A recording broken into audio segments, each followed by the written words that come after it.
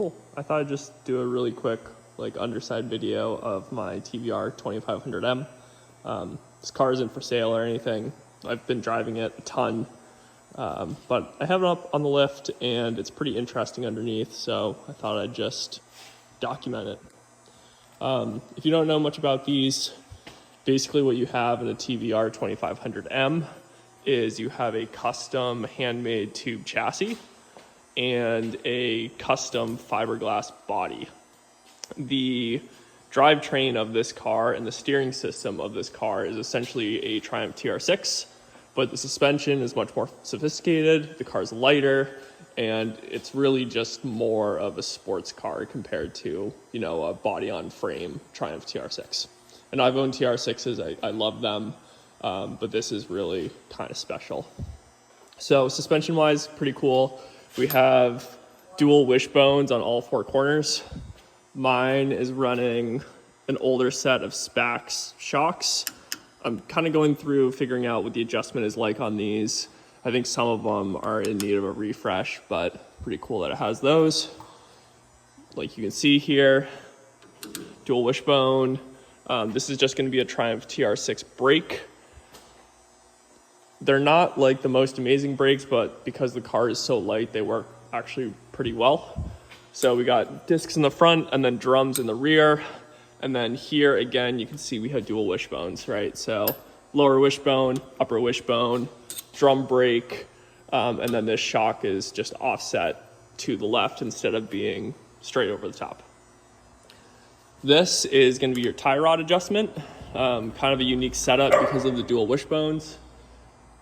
This is going to be, like I said, just a Triumph TR6 rear end. Going over to the other side, basically the same thing, right? Dual wishbones, Spax shocks, drum brakes, of course, same on both sides. So a few things going on with this one. This one has an overdrive transmission. I don't think TVR 2500Ms were optioned with overdrives from factory, so I'm pretty sure this was added. Overdrive works well. It's nice to have. I don't think it's necessary, honestly, but it's good to have. The exhaust on this car is relatively new, but it was kind of cobbed together by the previous owner. So one thing that I really hate that I want to change is we have the, I believe it would be the late style TR6 6 into 2 header. But then we have this weird setup where it goes 2 into 1 and then back into 2. So to really free up this system, I want to take this section out and then replace this muffler with one that is just 2s all the way back.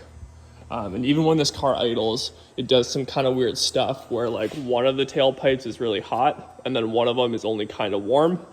And that really just has to do with the fact that we're basically like mixing our exhaust gases in here. And then I'm sure whichever one is hot is just a more direct shot from this center pipe. So kind of a weird setup going on. Moving towards the front, like I said, this is all typical Triumph TR6. Yep, it's seeping some oil.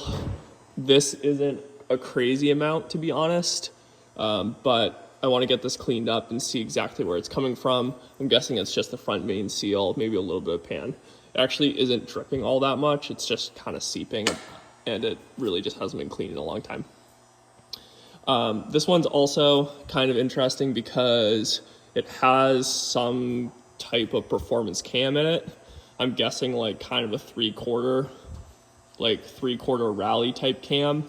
It pulls really hard from like 3,000 up, and it idles with this really choppy idle, which sounds awesome and kind of sounds like a V8. So overall, I think that's it. Everything else is pretty standard. Sway bar, normal. I don't think we have a rear sway bar back here. No, actually, I know we don't, because there are forum posts asking if you can add a rear sway bar, but front sway bar only.